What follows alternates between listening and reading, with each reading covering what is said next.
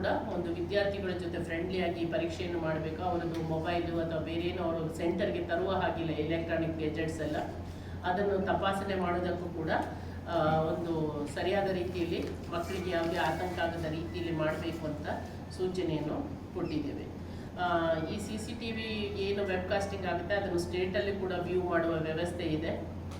ಯಾವುದೇ mall practice ಆಗಬಾರ್ದು ಅನ್ನುವಂಥ ಉದ್ದೇಶಕ್ಕೆ ಇದನ್ನು ಮಾಡ್ತಾ ಇರುವಂಥದ್ದು. ಅದೇ ರೀತಿಯಲ್ಲಿ ಕರ್ನಾಟಕ ರಾಜ್ಯ ರಸ್ತೆ ಸಾರಿಗೆ ಬಸ್ಗಳಲ್ಲಿ ಈಗಾಗಲೇ ಪರೀಕ್ಷೆ ಬರೆಯುವ ಮಕ್ಕಳು ಉಚಿತವಾಗಿ ಪ್ರಯಾಣಿಸಲು ಅವಕಾಶ ಇದೆ. ಅದನ್ನು ಕೂಡ KSRTC ಅವರಿಗೆ ಸೂಚನೆ ಕೊಟ್ಟಿದ್ದೇವೆ. ಅದೇ ರೀತಿಯಲ್ಲಿ ವಿಜಿಲೆನ್ಸ್ ಸ್ಕ್ವಾಡ್ಗಳು ಆ ಒಂದು ವಿಚಕ್ಷಣಾ ದಳವನ್ನು ಕೂಡ ನೇಮಕ ಮಾಡಿದ್ದೇವೆ. ಜಿಲ್ಲಾ ಮಟ್ಟದಿಂದ 3 ತಂಡಗಳಿದೆ. ಅದೇ ರೀತಿಯಲ್ಲಿ ಪ್ರತಿ ತಾಲೂಕಿಂದ ಒಂದೊಂದು ತಂಡಗಳಿದೆ. ಅವರು ಈ ಏನು ಪರೀಕ್ಷಾ ಕೇಂದ್ರಗಳಿಗೆ ತೆರಳಿ ಅಲ್ಲಿ ತಪಾಸಣೆ ಮಾಡ್ತಾರೆ. ಅದೇ ರೀತಿಯಲ್ಲಿ ಈಗಾಗಲೇ ವಿದ್ಯಾರ್ಥಿಗಳಿಗೆ ಪರೀಕ್ಷೆಯನ್ನು ಒಂದು ಪರೀಕ್ಷೆಯ ಆತಂಕವನ್ನು ಹೋಗಲಾಡಿಸುವ ದೃಷ್ಟಿಯಿಂದ ಅಣಕು ಪರೀಕ್ಷೆಯನ್ನು ಮಾಡಿದ್ದೇವೆ. ಅದು ಮಾಕ್ ಟೆಸ್ಟ್ ಉಡುಪಿಯಲ್ಲಿ ಮಾತ್ರ ಇರುವಂಥದ್ದು, ಬೇರೆ ಎಲ್ಲೂ ಇಲ್ಲ. ಪ್ರಿಪ್ರೇಟರಿ ಅಲ್ಲದೆ ಒಂದು as it is mock test, final ಪರೀಕ್ಷೆ ಹೇಗೆ ಇರುತ್ತೋ ಅದೇ ರೀತಿಯಲ್ಲಿ ಒಂದು ನಮ್ಮ DDP ಮತ್ತು ಅವರ ತಂಡ ಅದನ್ನು ಮಾಡಿದ್ದಾರೆ.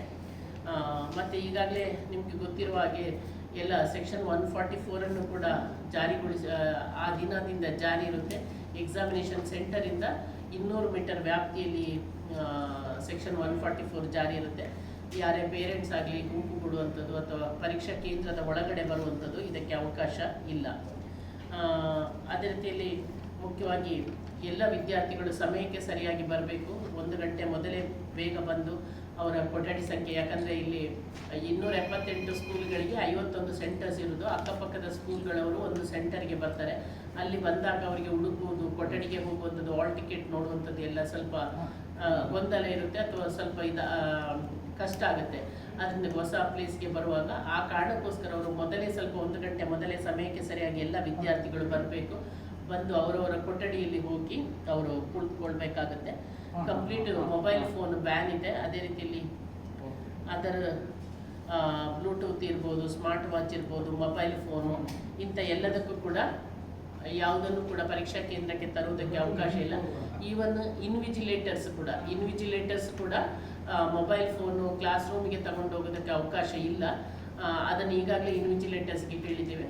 ಅದೇ ರೀತಿಯಲ್ಲಿ ಯಾವುದೇ ಮಕ್ಕಳು ಅವರದ್ದು ಶಾಲೆಯಲ್ಲಿ ಓದ್ತಾ ಇದ್ದರೆ, SSLC ಪರೀಕ್ಷೆ ಬರೀತಾ ಇದ್ದರೆ ಅಂಥವರು ಇನ್ವಿಜಿಲೇಷನ್ಗೆ ಭಾಗವಹಿಸುವ ಹಾಗಿಲ್ಲ. ಅಂದರೆ ಕ್ಲಾಸ್ ರೂಮ್ ಸೂಪರ್ವೈಸರ್ ಮಾಡೋದಕ್ಕೆ ಅವಕಾಶ ಇಲ್ಲ. ಅದನ್ನು ಕೂಡ ಸೂಚನೆ ಕೊಟ್ಟಿದ್ದೇವೆ. ಅದೇ ರೀತಿಯಲ್ಲಿ ವಿದ್ಯಾರ್ಥಿಗಳಿಗೆ ಒಂದು ಕಿವಿ ಮಾತಂದರೆ, ಇತ್ತೀಚಿನ ದಿನಗಳಲ್ಲಿ ಸುಮ್ಮನೆ ಫೇಕ್ ನ್ಯೂಸ್ಗಳೆಲ್ಲ ಬರ್ತಾ ಇರ್ತದೆ. ಫೇಸ್ಬುಕ್ಕಲ್ಲಿರ್ಬೋದು ಅಥವಾ ಇನ್ಸ್ಟಾಗ್ರಾಮಲ್ಲಿ ಕ್ವಶನ್ ಪೇಪರ್ ಲೀಕ್ ಆಯಿತು, ಯಾವುದೋ ಒಂದು ಕ್ವಶನ್ ಪೇಪರನ್ನು ಹಳೆಯದನ್ನು ಅಪ್ಲೋಡ್ ಮಾಡೋದು, ಇದೇ ಬರುತ್ತೆ ಪ್ರಶ್ನೆಗಳು ಅಂತ ಹೇಳ್ಬಿಟ್ಟು ಅದಕ್ಕೆ ಹಣ ವಸೂಲಿ ಮಾಡುವಂಥದ್ದು. ಇತ್ತೀಚೆಗೆ ಮೊನ್ನೆ ಒಂದು ಪ್ರಿಪ್ರೇಟರಿ ಎಕ್ಸಾಮ್ ಇದ್ದು ಹಂಗೆ ಬಂದಿದೆ. ನಮ್ಮ ಕಡೆ ಎಲ್ಲ ಬೇರೆ ಜಿಲ್ಲೆಗಳೆಲ್ಲ ಆಗಿದೆ. ಅದು ನಮಗೂ ಕೂಡ ಯಾರೋ ಫಾರ್ವರ್ಡ್ ಮಾಡಿದರು. ಅದರಲ್ಲಿ ಸುಮ್ಮನೆ ಅಷ್ಟು ಹಣ ಕೊಡಿ ನಿಮಗೆ ಇದೇ ಕ್ವಶನ್ಸ್ ಬರುತ್ತೆ ಅಂತ.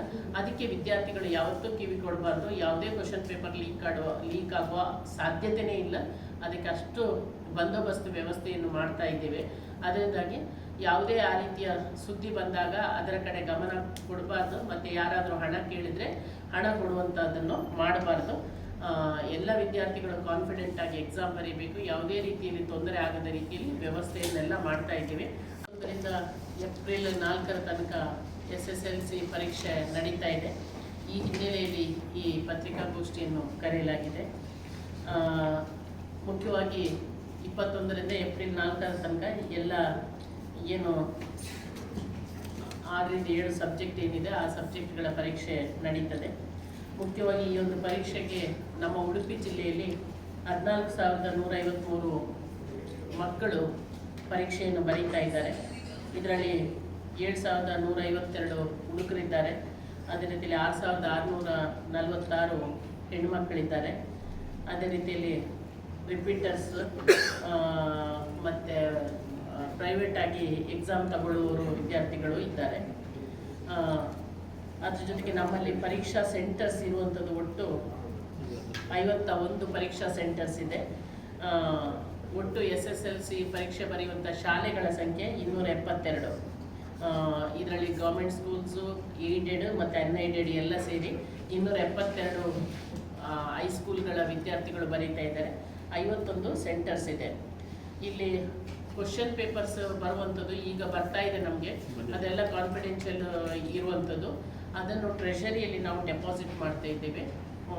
ಇವತ್ತು ಒಂದು ಸೆಟ್ ಕ್ವಶನ್ ಪೇಪರ್ಸ್ ಬಂದಿದೆ, ಅದನ್ನು ಟ್ರೆಷರಿಯಲ್ಲಿಟ್ಟು ನಂತರ ಅದನ್ನು ತಾಲೂಕು ಖಜಾನೆಗಳಿಗೆ ಕಳಿಸ್ಕೊಡ್ತಾರೆ. ಇಲ್ಲಿಂದ ಡಿಸ್ಟ್ರಿಕ್ಕಿಂದ ಬೈಫರ್ಕೇಷನ್ ಮಾಡಿ ತಾಲೂಕು ಖಜಾನೆಗಳಿಗೆ ಕಳಿಸ್ಕೊಡ್ತಾರೆ. ತಾಲೂಕು ಖಜಾನೆಗಳಿಂದ ಆಯಾ ದಿನ ಬೆಳಿಗ್ಗೆ ಏನು ಎಕ್ಸಾಮಿನೇಷನ್ ಸೆಂಟರ್ಸಿಗೆ ಅದನ್ನು ಕಳಿಸ್ಕೊಡ್ತೇವೆ. ಬೆಳಗ್ಗೆ 8ರಿಂದ 10 ಗಂಟೆಗೆ ಪರೀಕ್ಷೆ ಪ್ರಾರಂಭ ಆಗುತ್ತೆ. ಪ್ರಾರಂಭ ಆಗುವ ಅರ್ಧ ಗಂಟೆ ಮುಂಚೆ ತಲುಪುವ ರೀತಿಯಲ್ಲಿ ಬೆಳಗ್ಗೆ 8 ಗಂಟೆಯಿಂದಲೇ, ಈಗ ಕುಂದಾಪುರದಿಂದ ಬೈಂದೂರಿಗೆ ಬೆಳಗ್ಗೆ 8 ಗಂಟೆಗೆ ಕೊಡ್ತಾರೆ. ಕುಂದಾಪುರದವರಿಗೆ ಆ ಟೈಮಿಗೆ, ಸರಿಯಾದ ಟೈಮಿಗೆ ಒಂದು 9 ಗಂಟೆ ಅಷ್ಟೊತ್ತಿಗೆ ಕೊಡ್ತಾರೆ. ಆ ರೀತಿ ಸೆಟ್ ಮಾಡ್ಕೊಂಡಿದ್ದಾರೆ. ಇದರಲ್ಲಿ ಕ್ವಶನ್ ಪೇಪರ್ ಕೊಡೋಕ್ಕೆ ಆ ಕಾಲೇಜಿನ, ಆ ತಾಲೂಕಿನ BO, ತಹಶೀಲ್ದಾರ್, ಟ್ರೆಷರಿ ಆಫೀಸರ್ 3 ಜನ 3 ಮೆಂಬರ್ ಕಮಿಟಿ ಇದೆ. ಅವರು ಜಾಯಿಂಟ್ ಆಗಿ ಕೊಡುವಂಥದ್ದು. ಟ್ರೆಷರಿಯಲ್ಲಿ ಅದೇ ರೀತಿಯಲ್ಲಿ ಎಕ್ಸಾಮಿನೇಷನ್ ಸೆಂಟರ್ಸಲ್ಲಿ ಎಲ್ಲ ಕಡೆ CC ಕ್ಯಾಮರಾ ಇದೆ. ಅದು ವೆಬ್ಕಾಸ್ಟಿಂಗ್ ಕೂಡ ಆಗುತ್ತೆ. ಆ ವೆಬ್ಕಾಸ್ಟಿಂಗ್ ನಮ್ಮ ಉಡುಪಿ ಜಿಲ್ಲಾಧಿಕಾರಿಗಳ ಕಚೇರಿಯಲ್ಲಿ, ಅಂದರೆ ಈ ಬಿಲ್ಡಿಂಗಲ್ಲಿ ಜಿಲ್ಲಾ ಸಂಕೀರ್ಣದಲ್ಲಿ ಅದರ ವೆಬ್ಕಾಸ್ಟಿಂಗ್ ಕೂಡ ನಡೀತದೆ. ಅದನ್ನು ಕಂಟಿನ್ಯೂಸ್ ಆಗಿ ನೋಡೋದಕ್ಕೆ ವ್ಯವಸ್ಥೆ ಕೂಡ ಮೆಂಬರ್ಸನ್ನು ಹಾಕಿದ್ದೇವೆ, ನಮ್ಮ ಲೆಕ್ಚರರ್ ಟೀಚರ್ಸನ್ನು. ಅವರು ಬೆಳಿಗ್ಗೆ ಎಕ್ಸಾಮಿನೇಷನ್ ಪ್ರಾರಂಭ ಆಗುವ ಮೊದಲಿಂದ ಎಕ್ಸಾಮಿನೇಷನ್ ಮುಗಿಯುವ ತನಕ ಕಂಪ್ಲೀಟ್ ವ್ಯೂ ಮಾಡ್ತಾ ಇರ್ತಾರೆ. ಎಲ್ಲಾದರೂ ಅಡಚಣೆ ಆಗಿದ್ದರೆ, ಎಲ್ಲಾದರೂ ತೊಂದರೆ ಆದರೆ ತಕ್ಷಣ ಅವರು ಗಮನಕ್ಕೆ ತರ್ತಾರೆ. ಅದೇ ರೀತಿಯಲ್ಲಿ ಪರೀಕ್ಷಾ ಸೆಂಟರ್ಗಳಲ್ಲಿ ಎಲ್ಲ ವ್ಯವಸ್ಥೆಗಳನ್ನು ಸಮರ್ಪಕವಾಗಿ ಮಾಡೋದಕ್ಕೆ ಹೇಳಿದ್ದೀವಿ. ಗಾಳಿ, ಬೆಳಕು, ಅದೇ ರೀತಿಯಲ್ಲಿ ಕುಡಿಯುವ ನೀರು ಮುಖ್ಯವಾಗಿ. ಅದೇ ರೀತಿಯಲ್ಲಿ ವಿದ್ಯಾರ್ಥಿ ಸ್ನೇಹಿ ಪರೀಕ್ಷೆಗಳನ್ನು ಮಾಡಬೇಕು ಅಂತ ಕೂಡ ಸೂಚನೆ ಕೊಟ್ಟಿದ್ದೇವೆ. ಈಗಾಗಲೇ ಎಲ್ಲ ಕಸ್ಟೋಡಿಯನ್ಸ್ ಇದ್ದು ಸಭೆಗಳನ್ನು ಮಾಡಿದ್ದೇವೆ. ಆ ಸಭೆಯಲ್ಲಿ ಸೆಂಟರ್ ಚೀಫ್ಸ್ ಸಭೆಗಳನ್ನು ಕೂಡ ಮಾಡಿದ್ದೇವೆ. ಅವರಿಗೆ ಮಾಡಿ ಎಲ್ಲ ಮಾಹಿತಿಯನ್ನು ಕೊಟ್ಟಿದ್ದೇವೆ. ಬೇಸಿಗೆ ಇರೋದ್ರಿಂದಾಗಿ ಸಫಿಷಿಯೆಂಟ್ ನೀರು ಕೊಡಬೇಕು, ಅಲ್ಲಲ್ಲಿ ನೀರಿನ ವ್ಯವಸ್ಥೆಯನ್ನು ಮಾಡಬೇಕು. ಅದೇ ರೀತಿಯಲ್ಲಿ ವಿದ್ಯಾರ್ಥಿಗಳಿಗೆ ಅಲ್ಲಿ ಪರೀಕ್ಷಾ ಕೇಂದ್ರಗಳಲ್ಲಿ ORS ಕೊಡುವಂಥದ್ದು, ಅದೇ ರೀತಿಯಲ್ಲಿ ಪ್ರಥಮ ಚಿಕಿತ್ಸೆಗಾಗಿ ಒಬ್ಬರು ನರ್ಸ್ ಅಥವಾ ANM ಅನ್ನು ನೇಮಿಸಿಕೊಳ್ಳುವಂಥದ್ದು, ಇದಕ್ಕೂ ಕೂಡ ಸೂಚನೆ ಕೊಟ್ಟಿದ್ದೇವೆ.